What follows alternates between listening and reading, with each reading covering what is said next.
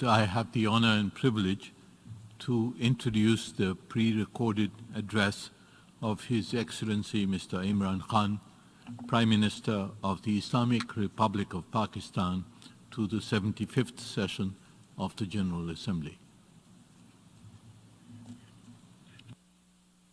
Mr. President, Secretary General, Excellencies, ladies and gentlemen, I'm honored to address the United Nations General Assembly once again. I congratulate His Excellency Mr. Volkan Bozkır on his election as the President of the 75th session of the General Assembly. We also appreciate the skillful leadership of the outgoing President, His Excellency Tijani Mohammad Bande, especially during the COVID-19 crisis. We commend the leadership of the Secretary General in these extremely turbulent times. Mr. President, since my government assumed office, our consistent effort has been to fundamentally transform Pakistan. We envisage Naya Pakistan to be modeled on the principles of the state of Medina, established by our Holy Prophet Muhammad sallallahu alaihi wasallam. A just and humane society where all government policies are directed at lifting our citizens out of poverty and creating a just and equitable dispensation. To achieve this goal, we need to have peace and stability. Thus, our foreign policy aims to have peace with our neighbors and settle disputes through dialogue. Mr. President, the 75th anniversary of the United Nations is an extremely important milestone, as this is the only body in the world that can help us achieve our goals of peace and stability in our neighborhood. This is also time for us to reflect whether, as the United Nations, we have been able to realize the promise we collectively made to our peoples. Today, the foundations of the world order, non-use of or threat of unilateral force, self-determination of peoples, the sovereign equality and territorial integrity of states, non-interference in their internal affairs, international cooperation. All these ideals are being systematically eroded. International agreements are being flouted and set aside. Renewed great power rivalries are leading to a new arms race. Conflicts are proliferating and intensifying. Military occupation, illegal annexations are suppressing the rights of human beings to self-determination. According to the respected professor Noam Chomsky, mankind is at even a greater risk than it was before the First and Second World Wars in the last century. And this is because of the threat, increased threat of nuclear war, climate change, and sadly the rise of authoritarian regimes. We must come together to prevent such a catastrophe. We believe that the driving force in international relations must be cooperation in accordance with the principles of international law and not confrontation and force. We all must emphatically reaffirm our support for multilateralism. Mr. President, the COVID-19 pandemic has illustrated the oneness of humanity. In our interconnected world, no one is safe unless everyone is safe. Locking down to control the pandemic has triggered the worst recession since the Great Recession in the last century. This has hit the poorest countries the hardest, as well as the poor in all the countries. In Pakistan, we realized very early on that if we imposed a strict lockdown, the type that several affluent countries had imposed, we would have more people dying of hunger than the virus. Therefore, we adopted a policy of smart lockdown. While concentrating on the hotspots, the virus hotspots, we opened up our agriculture sector immediately and then followed it up by the construction sector, which employed most of the people. At the same time, and this is despite financial constraints, my government deployed $8 billion, unprecedented amount, for our health services, plus support the poorest and most vulnerable households with direct cash payments through SARS program, and then subsidies to the small businesses. Even though our smart lockdown was heavily criticized in the beginning, but thanks to the Almighty Allah's grace, we have not only managed to control the virus, stabilize our economy, but most importantly, we have been able to protect the poorest segment of the society from the worst fallout of the lockdown. Today, Pakistan's response is cited among the success stories in controlling and responding to the pandemic. However, we are still not out of the woods, like no country is out of the woods today. But Mr. President, it was obvious from the outset that developing countries would need fiscal space to respond to and recover from the COVID crisis. Debt relief is one of the best ways to create that fiscal space for developing countries. Therefore, in early April, I called for a global initiative on debt relief. We appreciate the G20's official debt suspension initiative and the emergency and rapid financing offered by the IMF, World Bank, Asian Development Bank, and UN agencies. This, however, is not going to be enough.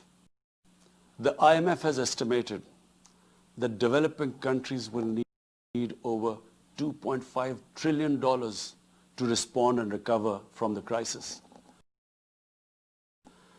The official debt suspension will need to be extended and expanded. Additional debt relief measures will also be needed. Development banks should ensure adequate financial inflows. Rich countries have generated over $10 trillion to finance their own response and recovery. They should support the creation of at least $500 billion in new special drawing rights for the developing world.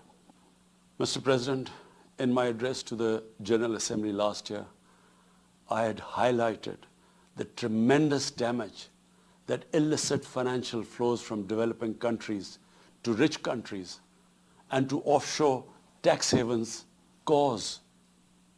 This leads to the impoverishment of the developing nations. Money that could be used towards human development is siphoned off by corrupt elites. The loss of foreign exchange causes currency depreciation. That in turn leads to inflation and poverty. The quest for getting back these stolen resources is nearly impossible, given the cumbersome procedures. Moreover, the powerful money launderers have access to the best lawyers. And sadly, because they are the beneficiaries, there is a lack of political will in the rich countries to curb this criminal activity. Mr. President, if this phenomena is unaddressed, it will continue to accentuate the inequality between the rich and the poor nations, and eventually will spark off a bigger global crisis, a far bigger global crisis than the present migration issue poses. The rich states cannot hold forth on human rights and justice when they provide sanctuary to money launderers, to their looted wealth. There are robust anti-money laundering and anti-terror financing regimes. I call upon this Assembly to take the lead in efforts to build a global framework to stem the illicit financial flows and ensure speedy repatriation of stolen wealth. It is important to realize that the aid that flows from rich countries to the developing world is minuscule compared to the massive outflows by our corrupt elites. Mr. President, this year, I must again reiterate the threat posed to mankind due to climate change. Unprecedented fires in Australia, Siberia, California, Brazil. Unprecedented floodings in various parts of the world. Record temperatures, even in the Arctic Circle. This should make all of us worried for our future generations. Commitments made through the Paris agreements must be fulfilled. In particular, the commitment to mobilize $100 billion annually as climate finance. Pakistan's contribution to carbon emissions is minimal, but it is one of those countries most affected by climate change. Yet, we have decided to take the lead as we consider addressing climate change a universal responsibility. We have launched an extremely ambitious program to plant 10 billion trees in the next 3 years as a contribution to mitigating the effects of climate change. Mr. President, the pandemic was an opportunity to bring humanity together. Unfortunately, it has instead fanned nationalism, increased global tensions, and given rise to racial and religious hatred and violence against vulnerable minorities in several places. These trends have also accentuated Islamophobia. Muslims continue to be targeted with impunity in many countries. Our shrines are being destroyed. Our Prophet Muhammad sallallahu alaihi wasallam insulted. The Holy Quran burnt. And all this in the name of freedom of speech. Incidents in Europe, including republication of blasphemous sketches by Charlie Hebdo, are recent examples. We stress that willful provocations and incitement to hate and violence must be universally outlawed. This assembly should declare an international day to combat Islamophobia and build a coalition to fight the scourge that splits humanity. Mr. President, the one country in the world today where I'm sad to say the state sponsors Islamophobia, and that is India. The reason behind this is the RSS ideology that unfortunately rules India today. This extremist ideology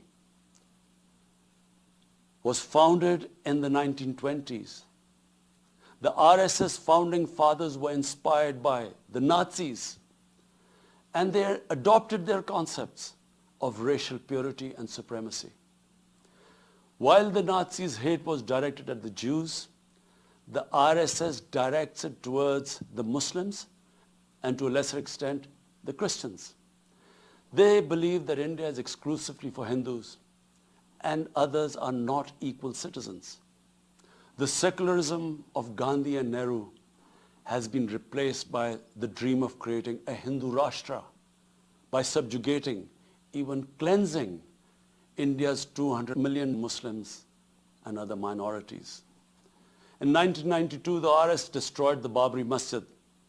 In 2002, some 2,000 Muslims were slaughtered in Gujarat, and this was under the watch of Chief Minister Modi. In 2007, over 50 Muslims were burnt alive by RSS arsonists aboard the Samjhota Express train. In Assam, around 2 million Muslims faced the prospects of being arbitrarily stripped of their nationality through the adoption of discriminatory laws. There are reports of large concentration camps being filled by Muslim Indian citizens. Muslims were falsely blamed, vilified, and victimized for spreading the coronavirus. They were denied medical attention on many occasions. Their businesses were boycotted. Cow vigilantes attack and kill Muslims with impunity. Last February, Muslims faced targeted killings with police complicity in New Delhi.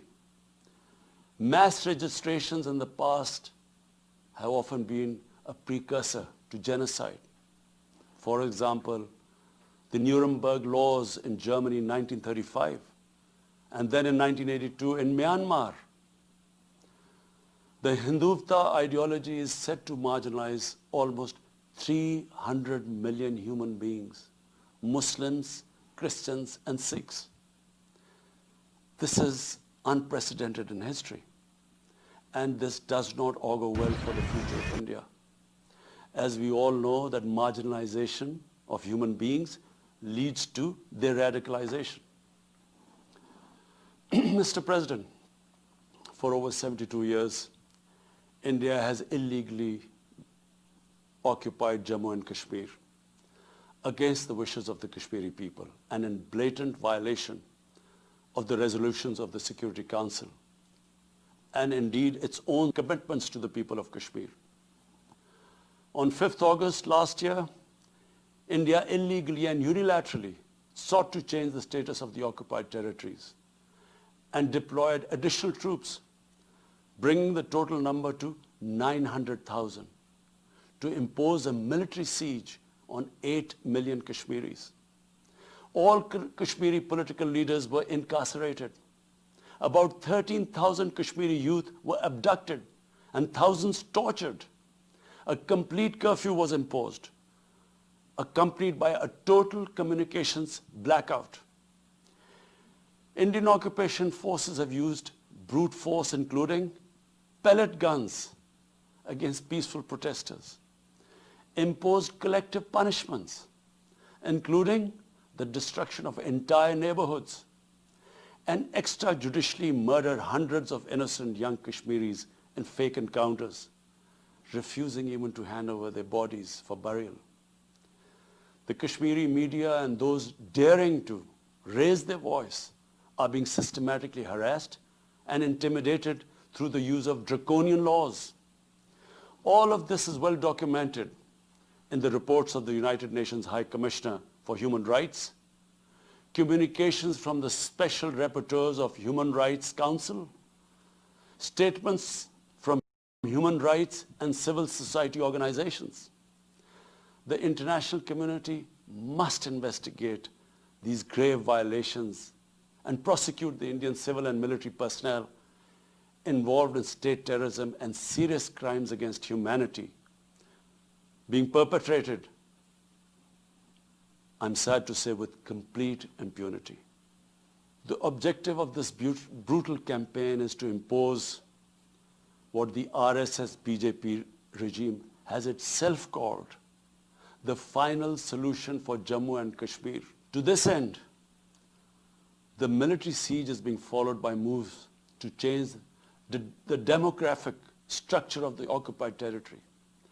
This is an attempt to obliterate the distinct Kashmiri identity in order to effect the outcome of a plebiscite envisaged in the UN Security Council resolutions. This action is in violation of the UN Charter, Council resolutions, and international law, particularly the 4th Geneva Convention. Changing demographic structure of occupied territory is a war crime. Mr. President, the brave Kashmiri people will never submit to Indian occupation and oppression. Their struggle is indigenous. They are fighting for a just cause, and generation after generation have laid down their lives to rid themselves of Indian occupation. The government and people of Pakistan are committed to standing by and supporting their Kashmiri brothers and sisters in the legitimate struggle for self-determination. Mr. President, in order to divert attention from its illegal actions and atrocities in Indian-occupied Jammu and Kashmir, India is playing a dangerous game of upping the military ante against Pakistan in a nuclearized environment. Despite constant Indian provocations and ceasefire violations along the line of control and the working boundary, targeting innocent civilians, Pakistan has exercised maximum restraint. we have consistently sensitized the world community about a false flag operation and another ill-conceived misadventure by India. My parents, Mr. President, were born in the colonial India, and I was the first generation that grew up in an independent Pakistan. I want to make it clear that any attempt by the fascist, totalitarian, RSS-led Indian government to aggress against Pakistan will be met by a nation that will fight for its freedom to the end. Mr. President, there will be no durable peace and stability in South Asia until the Jammu and Kashmir dispute is resolved on the basis of international legitimacy. Kashmir has been rightly described as a nuclear flashpoint. The Security Council must prevent a disaster conflict and secure the implementation of its own resolutions, as it did in the case of East Timor.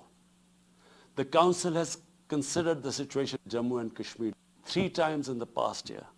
It must take appropriate enforcement actions. It must also take steps to protect the Kashmiris from an impending genocide by India. Pakistan has always called for a peaceful solution. To this end, India must rescind. To reach this end, India must rescind the measures it has instituted since 5th August 2019, end its military siege and other gross human rights violation, and agree to resolve the Jammu and Kashmir dispute in accordance with the relevant UN Security Council resolutions, and of course, the wishes of the people of Kashmir. Mr. President, Pakistan's desire for peace in our region is also manifest in our efforts to promote a political solution in Afghanistan. I have consistently maintained over the past 2 decades that there is no military solution to the conflict in Afghanistan. The only way forward was and is a political settlement which involves the full spectrum of Afghanistan's political actors. Pakistan fully facilitated the process that culminated in the US-Taliban peace agreement on 29 February 2020. Pakistan is deeply gratified that it has fulfilled its part of the responsibility. The Afghan leaders must now seize this historic opportunity to achieve reconciliation and restore peace in the war-torn country. Through the intra-Afghan negotiations that commenced on 12th of September, they must work out an inclusive, broad-based, and comprehensive political settlement. The process must be Afghan-led and Afghan-owned, and without any interference or outside influence. Early return of Afghan refugees must be part of this political solution. After almost 2 decades of war, it is imperative not to allow spoilers within and outside Afghanistan to subvert the peace process. Peace and stability in Afghanistan will open new opportunities for development and regional connectivity. Mr. President, Palestine remains a festering wound. A just and lasting settlement is indispensable for the Middle East and actually the world. Illegal annexations of Palestinian territory, the building of illegal settlements, and the imposition of inhuman living conditions on the Palestinian people, especially in Gaza, cannot bring peace to a troubled region. Pakistan continues to support a 2-state solution in line with the UN General Assembly and Security Council resolutions within the international agreed parameters, and they are pre-1967 borders, and Al-Quds, Al-Sharif as the capital of a united, contiguous, and independent Palestinian state. Mr. President, the United Nations remains the best legitimate avenue for collective action in managing international conflicts, fostering peace and security, promoting equitable development and addressing global problems. I urge the Secretary General to take the lead in preventing global conflicts. He should convene summit-level meetings to address regional hotspots and resolve outstanding disputes. The United Nations should be made fully responsive to the challenges of our times. A comprehensive reform of the United Nations, including the Security Council, is essential to promote greater democracy, accountability, transparency, and efficiency. Pakistan will continue to participate actively in this process and endeavor with other member states to build a world where conflict is outlawed and equitable prosperity for all pursued in conditions of peace and security. I thank you.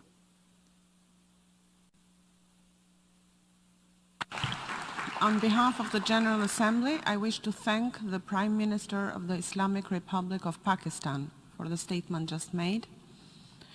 I now give the floor to the